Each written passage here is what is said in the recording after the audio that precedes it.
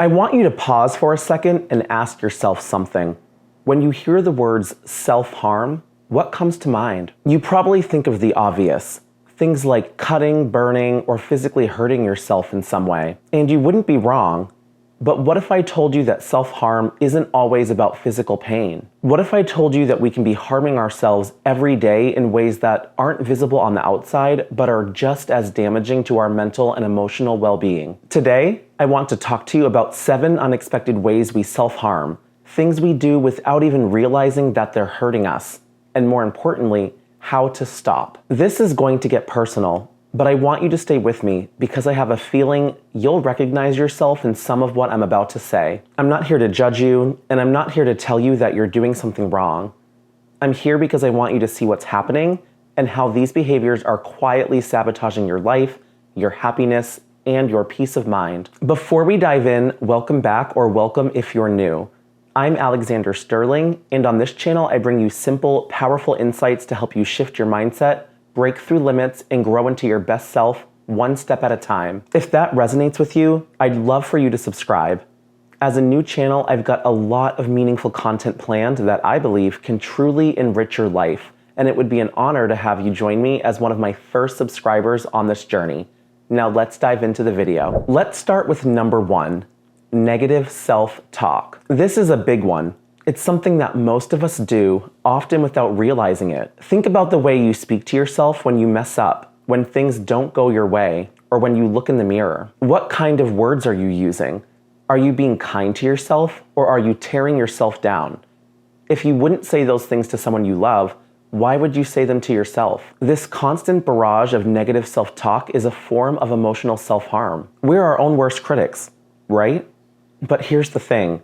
Your words have power, and when you continually tell yourself that you're not good enough, not smart enough, not worthy enough, you start to believe it. And that belief shapes everything. It affects your confidence, your relationships, your work, and your ability to take risks or grow. So how do you stop this?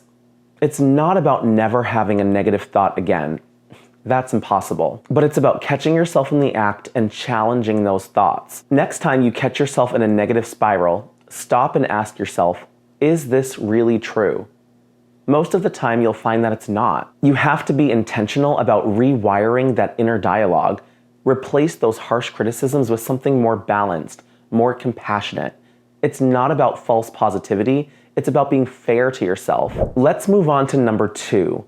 Perfectionism. Maybe you're someone who sets impossibly high standards for yourself. You push yourself to be perfect in everything you do, whether it's your work, your relationships, your appearance, or even just day-to-day tasks. And when you fall short, which you inevitably will because no one is perfect, you beat yourself up for it. Sound familiar? Here's what's really happening. Perfectionism is a sneaky form of self-sabotage. It disguises itself as a drive for excellence, but in reality, it's a way of setting yourself up for failure. You're constantly chasing a moving target, and when you don't hit it, you feel like you're not good enough. But what if you gave yourself permission to be human? What if you allowed yourself to make mistakes and learn from them instead of punishing yourself for not being perfect? The next time you feel that pull towards perfectionism, try this. Instead of asking yourself, how can I make this perfect?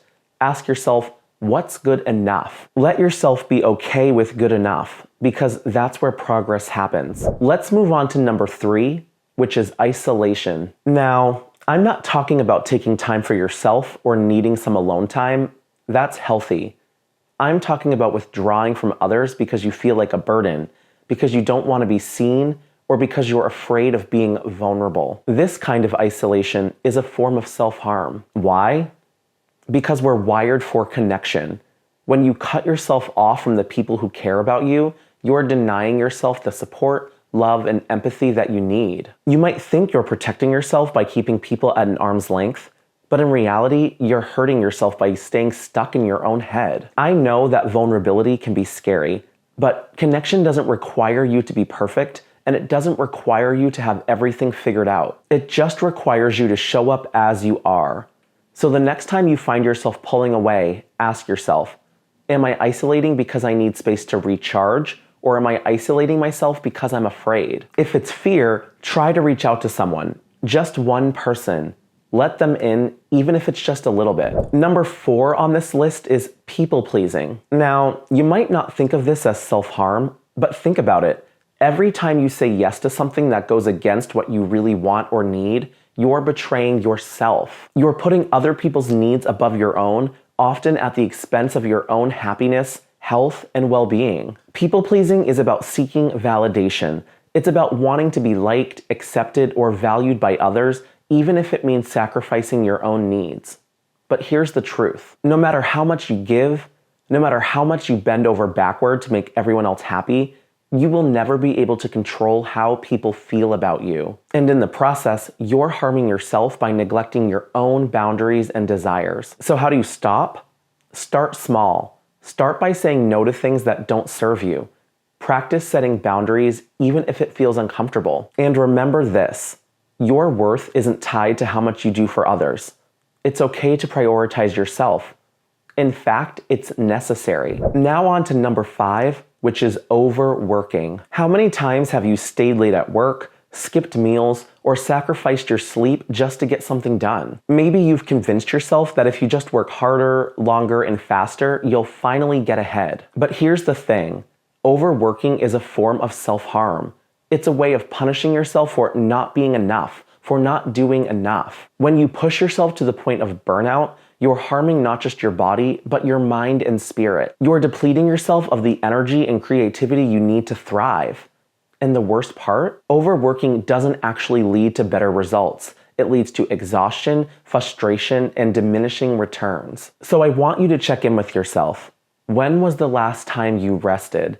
When was the last time you allowed yourself to recharge without feeling guilty about it? You don't have to earn rest. It's a necessary part of the process, and the more you allow yourself to step back and refuel, the more productive and fulfilled you'll be in the long run. All right, let's move on to number 6, which is holding grudges. This one is tricky, and it's something a lot of us do without realizing how much it's hurting us. Now, I'm not saying you have to forgive everyone who's ever hurt you, but when you hold on to anger, resentment, or bitterness towards someone, you're the one who suffers the most. It's like putting your own hand in a pot of boiling water and expecting the other person to get burned. It's a heavy weight that you carry around that only drags you down. Grudges don't change what happened, and they don't make the other person feel any worse.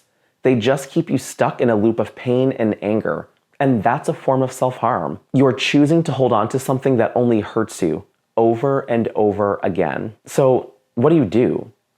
It's not about forgetting what happened. It's about releasing yourself from the grip of that resentment. It's about choosing peace over bitterness. The next time you catch yourself replaying the hurt in your mind, ask yourself, who is this serving? If it's not serving you, it might be time to let it go. Last on our list, number 7, is ignoring your needs. Whether it's emotional, physical, or mental, we often push our needs to the side because we're too busy, too tired, or too focused on taking care of others. But ignoring your needs is a form of self-harm. It's a way of telling yourself that you don't matter as much as everything else going on in your life. But here's the truth. You do matter. Your needs matter.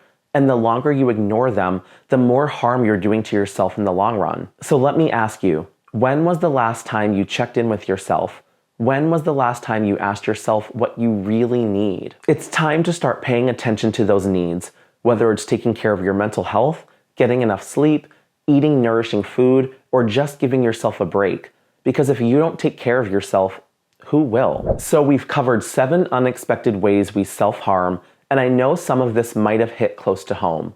But that's a good thing. It means you're becoming more aware of the ways you might be holding yourself back, and awareness is the first step to change. None of these behaviors make you a bad person, and none of them are things you have to beat yourself up about.